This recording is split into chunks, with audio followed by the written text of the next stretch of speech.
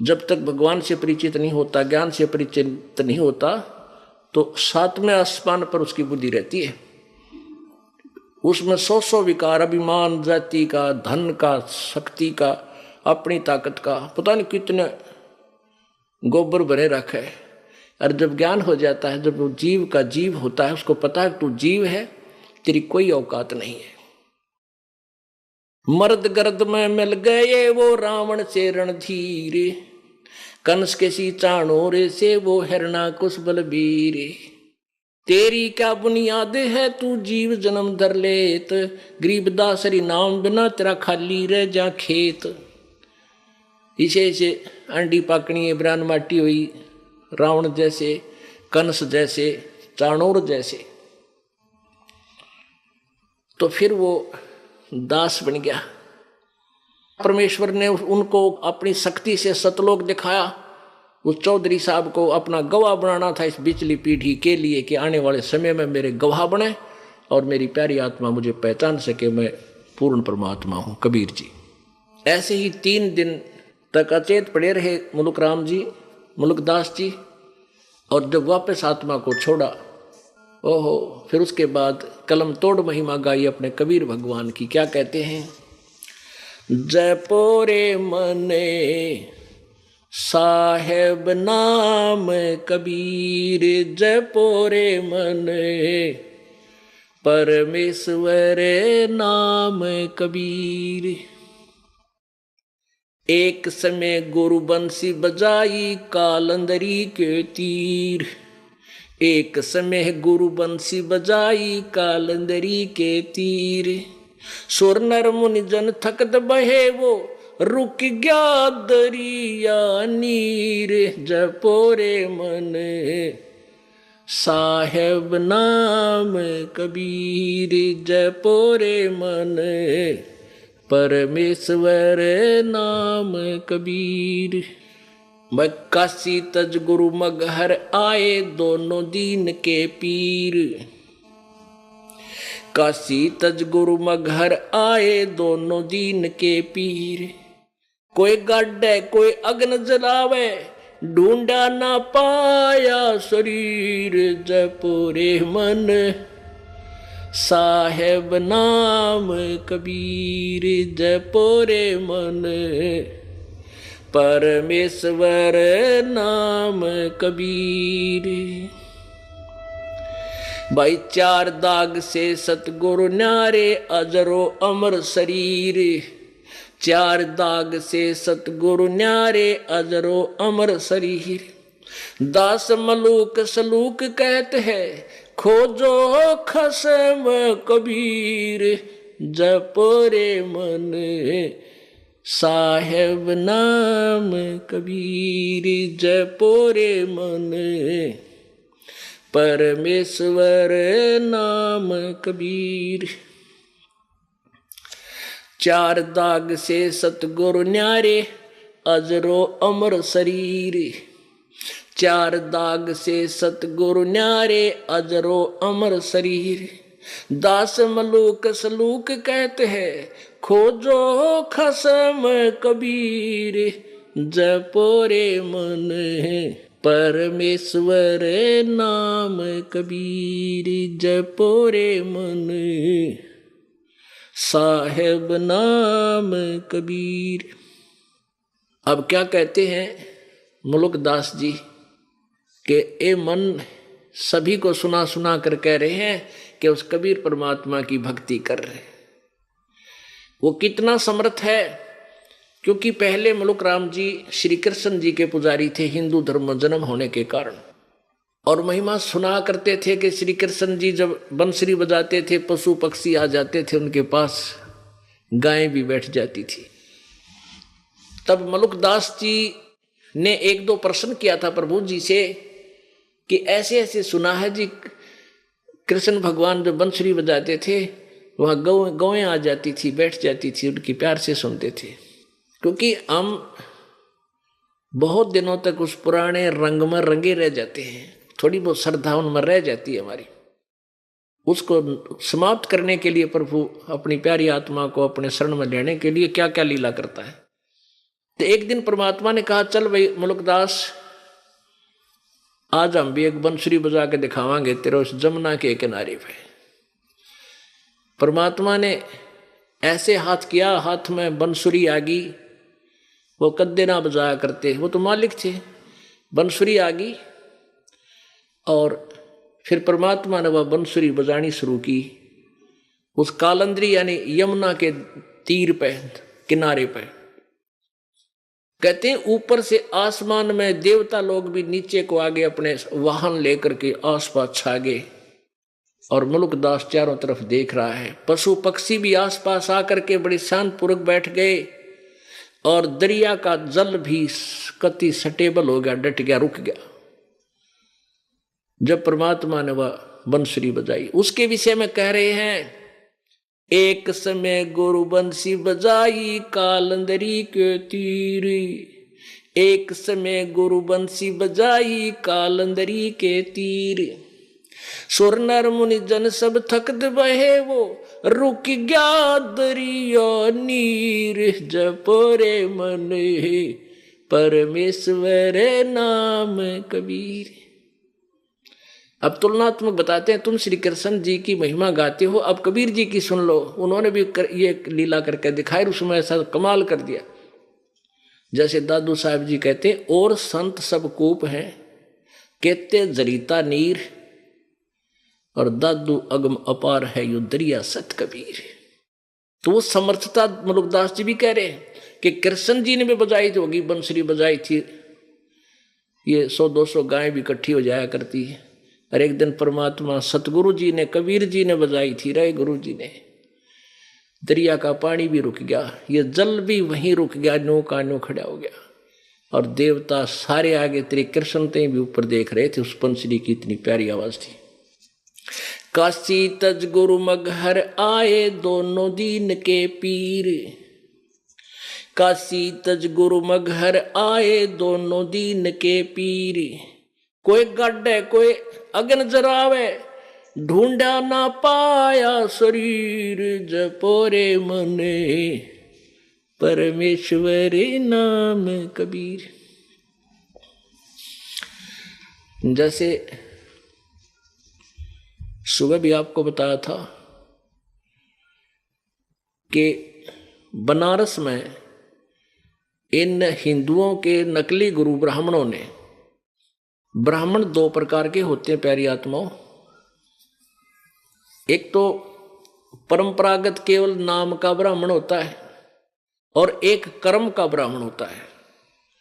अब जैसे किसी का कोई दादा परदादा 6ठी 7वीं पीढ़ी में कोई वैद्य होया करता, वैद्य, और वो इतना अच्छा वैद्य था, नब्ज पकड़ के बीमारी जान लेता था, रोग को जान लेता था, दवाई दे देता था, वो तुरंत स्वस्थ हो जाता था। 1-2 पीढ़ी तक भी उस कार्य को उनके वंशज करते रहे तो वो उस वैद्य नाम से प्रसिद्ध हो गए। तो वो तो वास्तविक वैद्य थे। फिर उनके वंशजों को, पीढ़ियों को, जो सैकड़ों घर हो गए, वो ना तो पेट के दर्द की गोली जानते, दवाई जानते, और उनको भी वैद्य बोलने लगे सभी। यो रामकृष्ण वैद्य, कृपाराम वैद्य, ऐसे। तो वो वैद्य नाम के वैद्य हैं वो, क्योंकि परंपरागत उनका एक सरनेम बन गया, उनका एक समूह का नाम बन गया, वैद्य कहने लगे उनको, लेकिन वो वैद्य नहीं है। ऐसे ही एक तो ब्राह्मण है जो कर्म करते हैं, यानी दीक्षा दिया करते थे, श्राद्ध श्रुद्ध पर जाकर अपना उलट करते थे। एक ब्राह्मण है जो अपना मजदूरी करते हैं, कोई नौकरी करता है, कोई खेती करता है, कोई दुकान कर रखा है, वह ब्राह्मण जरूर को, वहाँ पर वह ब्राह्मण नहीं है। वो उन ब्राह्मणों की कैटेगरी में नहीं आते हैं जिनके बारे में अब ये कथा सुनाई जा रही है। एक तो ब्राह्मण होता है कमाऊ, यानी अपना काम करके खावे, एक हुआ खाऊ। तो ये खाऊ ब्राह्मण थे जो लोगों ने गुमराह करके और मूर्ख बनाया करते थे। वो क्या कहते थे कि मगहर में जो मर गया वो गधा बनेगा, नरक में जाएगा, इसलिए मगर में कोई मत मरियो। और जो काशी में मरेगा वो सीधा स्वर्ग में जाएगा। तो वो भोले हिंदू लोग उन नकली गुरुओं की बातों में इतने आगे, इतनी उनकी बातों को ऑथेंटिक मान्या करते उन स्वार्थियों को, की बातों को कि ये वेदों के ज्ञाता हैं और ये जो भी क्रियाक्रम बताते हैं वेदों को पढ़कर ही बता रहे हैं। उन्होंने क्या बता रखा था कि जो काशी में मरेगा वो सीधा स्वर्ग जाएगा। परमात्मा कहते थे भाई अच्छे काम करने वाला, शुभ कर्म करने वाला व्यक्ति, भगवान से डर कर रहने वाला, कहीं भी मृत्यु हो वो सीधा अपने इष्ट लोक धाम को जाता है, और पापी आदमी कितना मर्जी हो सीधा नरक में ठोका जाएगा। ये इनकी बातों को सत्य मत मानो, पर नहीं मानते थे कबीर जी की बात को। अब उन नकली गुरुओं ने कैसा जुल्म करवा दिया। पहले तो ये धारणा फैला दी कि वे जो काशी में मरेगा वो सीधा स्वर्ग जाओगा। अब पुण्यात्माओं, अभी तक हमने स्वर्ग का ही पता था कि स्वर्ग में चले जाओ बेड़ा पार हो जाएगा। अब स्वर्ग तो वैसे सबसे घटिया स्थान है। अब ज्ञान हुआ कि अपनी पूंजी को वहां स्वर्ग में मस्ती मार के खत्म कर देंगे पुण्यों को, फिर पाप के आधार पर नरक में जाएंगे। वो हमारे साथ सबसे बड़ा धोखा है। अब ज्ञान हुआ, लेकिन पहले हम स्वर्ग को ही उत्तम मानते थे। तो स्वर्ग प्राप्ति के लिए प्रत्येक आदमी ललायित था, प्रत्येक की इच्छा थी। तो बूढ़े बुजुर्ग अपने बच्चों से कहने लगे, बेटा अब हम बूढ़े हो गए हैं, हमारे लिए कोई व्यवस्था बनारस में कर दो, काशी में, ना जाने कब मृत्यु हो जाए, हम स्वर्ग चले जाएंगे। तो उन्होंने क्या किया कि बनारस में जाकर इन ब्राह्मणों से संपर्क किया कि गुरुजी, क्योंकि उनके गुरुजी वहां, जैसे क्षेत्र में कोई ब्राह्मण है वो उनका गुरुजी, फिर उस ब्राह्मण, वो ब्राह्मण एजेंट है उन बनारस के ब्राह्मणों का।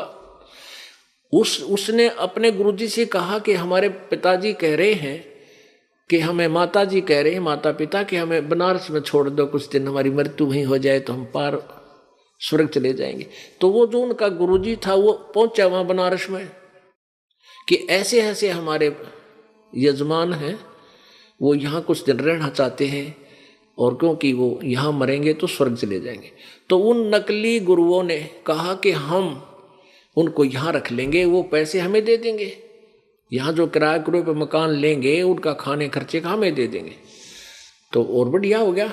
तो उन ऐसे वो चारों तरफ से बूढ़े बूढ़े आदमी कति वृद्ध होले और उन बनारस के उन ब्राह्मणों के पास छोड़ने लगे। उनका जो भी महीने का खर्चा उन्हें कहा वो देने लगे। उनका खर्चा मान ले 10 रुपये होना था, वो 50 मांगा करते। अब अपने माता पिता के लिए, क्योंकि वहाँ धनी व्यक्ति ही जा सकता है, ऐसा वहाँ कर सकता है, तो उन धनी व्यक्तियों ने अपने पिताजी के लिए ये कार्य भी शुरू कर दिया। उसका हो सकता है ये 1 साल जीवें, 2 साल जीवेंगे, वहाँ इनकी व्यवस्था करवाने लगे। अब उन स्वार्थियों के मुश्किल होगी, उनका फांसी गल गई गल में। अब एक ब्राह्मण के घर में 10-10 बूढ़े, 10-10 बुढ़िया इकट्ठी होगी। अब बूढ़ा देख के मुश्किल हो जाए, संगवाना जाए, आड़ी बीमारी हो जाता घर में, और वो 10-10 आफत मोल ले ली उन नकलियों ने स्वार्थ में, पैसे के लालच में। तो वहाँ 150-200 ब्राह्मण थे। उनने सोची वह तो बात बिगड़ गई, इबिन बुढ़िया ने क्यों कर संगवावा। उनने मीटिंग करी नकमी आत्माओं ने, जालिमों ने। उन्होंने क्या किया कि गंगा के किनारे एक मानस काटने का हत्था बना दिया। एक हत्था बना दिया, यानी एक ऐसी स्थान बना दिया कि उसमें गुफा बनाई कती किनारे पे,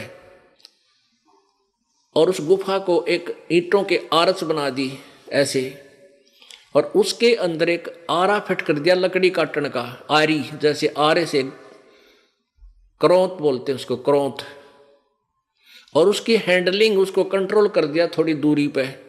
उस साइड में अलग से स्ट्रक्चर बना दिया और उसका रस्सा खींच दिया अंडरग्राउंड, और वहां एक ऐसा बढ़िया तकत सा प्लेटफार्म सा बना दिया। फिर ये अफवाह फैला दी कि भाई जो स्वर्ग जाना चाहता है, भगवान की तरफ से एक करौंत आता है, करौंत आरा, जो जल्दी स्वर्ग जाना चाहता है वो गर्दन कटवा ले वहां करौंत से, और वो सीधा बहुत शीघ्र स्वर्ग चला जाएगा। अब बुढ़ापे में आदमी उठा जाना बैठा जा, कदे खांसी उठा, कदे आंख तो दिखा नहीं कि तब पड़ी जा। तो उनने सोची मरना तो आज भी है, बुढ़िया ने सोची, बुजुर्गों ने, मरना कल भी है। अरे देख कितना बढ़िया काम हमारे गुरुजिया ने बता दी, भगवान का आदेश हो गया और ऊपर से परमात्मा की तरफ से क्रोध आता है। और उसकी फीस रख दी एक्स्ट्रा कि अभी जो 100 रुपये देगा भगवान का, फिर उसके बाद हम वो भगवान को प्रसन्न करने के लिए बहुत क्रियाएं करनी पड़ती हैं, तब वो क्रोध आएगा। ऐसा कोई फीस रख दी उसकी। अब उन बुजुर्गों ने सोची मरना तो हमने है ही, यहाँ हम भी दुखी हो रहे हैं और ये ब्राह्मण लोग ये गुरुजी से कच्चा पक्का भोजन देते हैं यहाँ पर, वो दुखी होंगे। तो उन्होंने सारी स्कीम बनाकर अपने बच्चे बुला लिए, जो हिम्मत सी करता था उनमें से मरण की, और कहने लगे बेटा हमने मृत्यु तो होना ही है। गुरुजी कह रहे हैं ऊपर एक आरा आता है क्रोध भगवान की तरफ से, वो उसी पर चलता है जिसकी वहाँ चाह होती है, और मरना तो हमने है बेटा, इसकी इतनी फीस लगे, 1 साल में आपकी इतनी खर्चा हो जाएगा और इतनी फीस ये मांगते, इनको दे दो। अब अपने माता पिता के लिए सभी ये चाहते हैं भाई इनकी इच्छा पूरी हो, और वो भी स्वीकार कर ली। अब वो क्या करें, उस आदमी ने वहाँ लेटा दें उस प्लेटफार्म पे, और वहाँ खड़े होकर आवाज लगावें, हे परमात्मा इस प्यारी आत्मा को स्वीकार करियो। उधर वो कंट्रोलर समझ जाते का आदेश हो गया, वो घुमा देते, उस रस्से ने ढीला कर देते, क्रोध सीधा आ जाता नीचे उसका एक रस्सा और बांध रखा था दूर, और फिर उसको एक उधर खींच लेता, वो उधर 2-3 पता था 2-3 बार लानते हुआ गर्दन कट लेगी, और उसको वही गंगा में बहा देते थे। और कई बार क्या होता था, वो उनके वो सारा जो साजबाज सारा कंडेम हो जाता, वो रस्सा अड़ जाता, नहीं वो क्रोध आता, तो उसको उठा लेते, भाई अब तेरा नंबर नहीं आया, फिर आओगा, अब तू चाल। तो और पक्की हो जाती है तेरा गजब, तो भगवान ने की तरफ से आवे, क्यों बोले आत्मा थी, विश्वास करते थे मालिक पे। अब ऐसा जुल्म भी इन नकली गुरुओं ने स्वार्थवश हमारे साथ कर दिया, वो कसाई का काम भी करने लगे, और हमने वो भी स्वीकार कर लिया परमात्मा पाने के लिए। तब परमात्मा ने उनका अंधेरा हटाने के लिए कहा था कि ये जालिम लोग हैं, ये क्रोध भगवान की तरफ से नहीं आता, इनके स्वार्थ की तरफ से आता है। लेकिन हम इतने अपने गुरुओं पे इतने अंधविश्वासी थे कि हम कबीर जी के शत्रु हो गए। उनके कहने थे कि ये झूठा है, कपटी है, ये कबीर ब्रह्मा विष्णु महेश जी को बुरा कहता है, ये देवताओं हमारे हिंदू धर्म का शत्रु है। तो परमात्मा कहते हैं कहूँ सच्ची ये मानना झूठी। परमात्मा क्या कहते थे, निरंजन धन तेरा दरबार, निरंजन धन तेरा दरबार, जहाँ पर तनिक न न्याय विचार। निरंजन धन तेरा दरबार, जहाँ पर तनिक न न्याय विचार। भाई वैसा उड है मुल मुल खासा, गल मोतियों के आर। वैसा उड है मुल मुल खासा, गल मोतियों के आर। पति भरता को मिले न खादी, वो सूखा नरस आहार। निरंजन धन तेरा दरबार, निरंजन धन तेरा दरबार, जहाँ पर तनिक न न्याय विचार। भाई पाखंडी की पूजा जग में, संत को कहें लबाड़े। पाखंडी की पूजा जग में, संत को कहें लबाड़े। अज्ञानी को परम विवेकी, ज्ञानी को मूढ़ गंवार। निरंजन धन तेरा दरबार, निरंजन धन तेरा दरबार, जहाँ पर तनिक न न्याय विचार। कह कबीर सुनो भाई साधो, या सब उल्टा व्यवहार। कह कबीर सुनो भाई साधो, सब उल्टा व्यवहार। सच्चों को तो ये झूठा बताओ, इन झूठों का एतबार। निरंजन धन तेरा दरबार निरंजन, धन तेरा दरबार जहां पर तनिक न न्याय विचार। कह कबीर सुनो भई साधो सब उल्टा व्यवहार। कह कबीर सुनो भई साधो सब उल्टा व्यवहार। सच्चों को तो ये झूठा बतावे, इन झूठों का एतबार। निरंजन धन तेरा दरबार, निरंजन धन तेरा दरबार। अब ये सारा कुक्रम युग काल करवा रहा है, ये ज्योति निरंजन काल ये सब जुल्म करवा रहा है कि इस समाज को, मानव समाज को अपने नकली गुरुओं के द्वारा इतना भ्रमित कर दूं, ये सत भक्ति से और परमात्मा की महिमा से कति विपरीत आरूढ़ हो जा। ये तो परमात्मा स्वयं आते हैं समय समय पर अपनी समर्थता का प्रमाण देकर भक्तों को, मानव समाज को फिर से भगवान से जोड़ते हैं।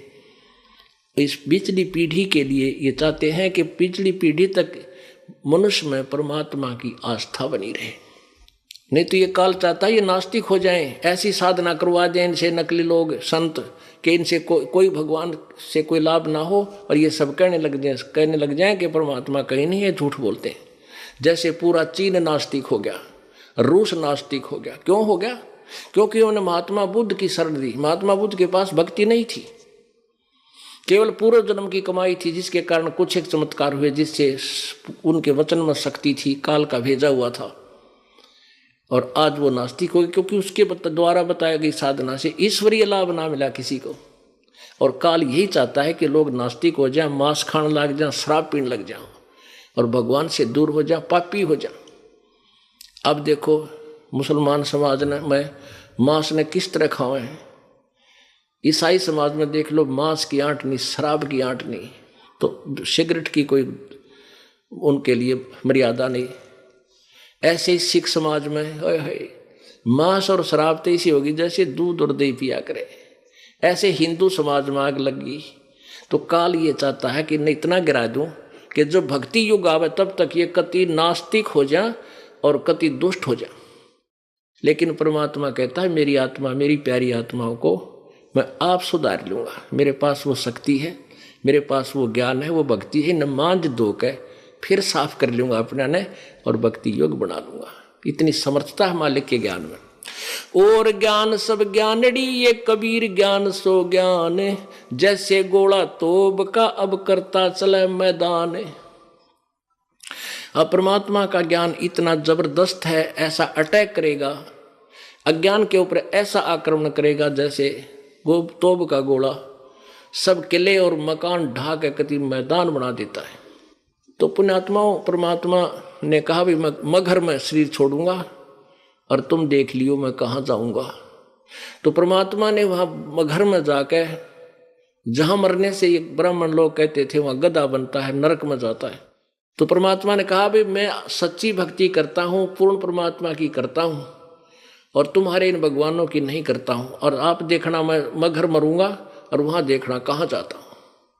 तो उस समय कबीर परमेश्वर जी के वीरदेव सिंह बघेल काशी का राजा और बिजली खां पठान मगहर का नवाब दोनों शेष हो चुके थे। तो परमात्मा ने मगहर में जाकर मरने की यानी शरीर छोड़ने का ऐलान कर दिया। बनारस से भी बहुत लोग देखने के लिए गए, राजा भी गया, सेना ले गया कि वहाँ कबीर जी मृत्यु होगी, शरीर छोड़ेंगे, हम अपने गुरुदेव का शरीर यहाँ लाएंगे बनारस में और हिंदू रीति से उनका संस्कार करेंगे। और यदि वो मुसलमान नहीं देंगे हमारे को बिजली खान पठान तो युद्ध करके लाएंगे। सेना भी साथ ले गए।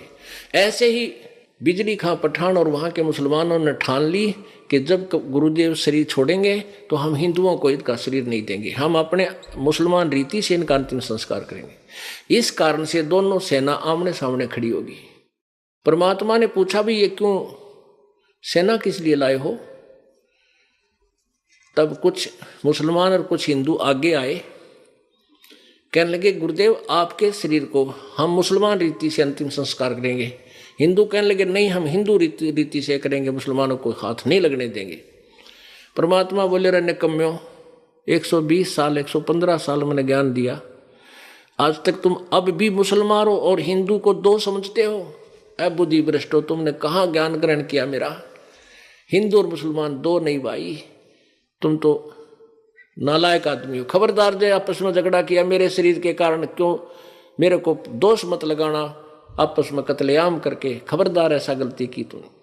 तब तो वो चुप हो गए और मन में न्यों थी कि एक बार गुरुजी शरीर छोड़ दें, फिर हम आप देख लेंगे। तो परमात्मा ने क्या किया कि वहां एक चादर नीचे बिछवाई, एक ऊपर ओढ़ ली और कहा भी लड़ाई मत करियो, मेरा शरीर तो नहीं मिलेगा तुम्हारे को। लेकिन उनका नहीं जच्चा थी यह बात। लेकिन जो भी मेरी शरीर मिले चादरों के बीच में आधा आधा बांट लियो, एक एक चादर ले लियो, अपने अपने हिसाब से तुम अपना काम कर लियो, पर लड़ियो मत। जब थोड़ी सी देर के बाद परमात्मा ने देखा, ऊपर से आकाशवाणी की कि देख लो वह पंडितों, मैं स्वर्ग जा रहा हूं और मगर मरा हूं। मरा तो नहीं थे परमात्मा, तो अजर अमर है, सह शरीर जा रही थी। तब सबने ऊपर देखा परमात्मा जा रहे हैं आकाश में, तो सबने एक दूसरे ने दांता तला उंगली दबाई को होई तो भगवान थे भाई, सचमुच ये तो स्वर्ग गए। और उन्होंने सोचा वैसे सही बात है, कबीर जी की भक्ति सही थी, देखो स्वर्ग चले गए। अपने आत्माओं, कहाँ तो वहां कत्लेआम होना था, हिंदू और मुसलमान का इतना जबरदस्त युद्ध होना था जैसे महाभारत हुआ था।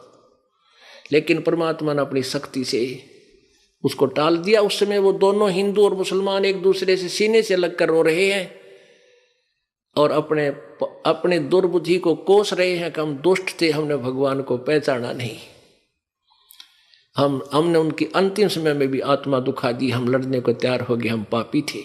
उन्होंने आपस में सलाह करके एक चादर हिंदुओं ने ले ली, एक मुसलमानों ने। आधे फूल जो सुगंधित फूल मिले थे परमात्मा के शरीर के समान, सुगंधित फूल मिले थे, शरीर नहीं था वो तो चले गए सशरीर।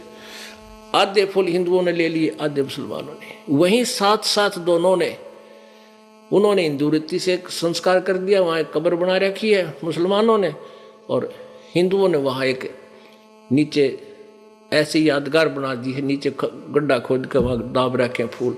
और दोनों साथ साथ यादगार बनी है। ये दास सैकड़ों भक्तों के साथ वहां देख कर आए हैं और पूरा वो मगर नगर आज भी गवाही देता है कि ऐसा ही हुआ था।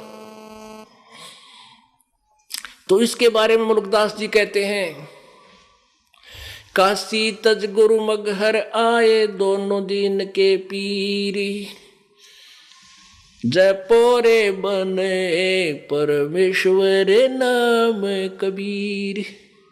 काशी तज गुरु मगहर आए दोनों दीन के पीर, काशी तज गुरु मगहर आए दोनों दीन के पीर। कोई गाड्डे कोई अग्न जरावे, ढूंढा ना पाया शरीर, जपरे मन परमेश्वर नाम कबीर। चार दाग से सतगुरु न्यारे वो अजरो अमर शरीर। अब क्या बताते हैं कि परमात्मा कबीर जी चार दाग में नहीं आते। जैसे चार प्रकार से अंतिम संस्कार करते हैं मृत शरीर का। हिंदू कुछ तो अग्नि में जलाते हैं, सभा अंतिम संस्कार अग्नि में जला देते हैं, और कुछ कब्र बना देते हैं, जमीन में गाड़ देते हैं, दूसरा दाग। और तीसरा दाग जल प्रवाह कर देते हैं, दरिया में बहा देते हैं, पशु पक्षी खाकर, जीव जंतु खाकर इसकी लाश को, इसके मांस को आशीष देंगे, इसको पुण्य लगेगा।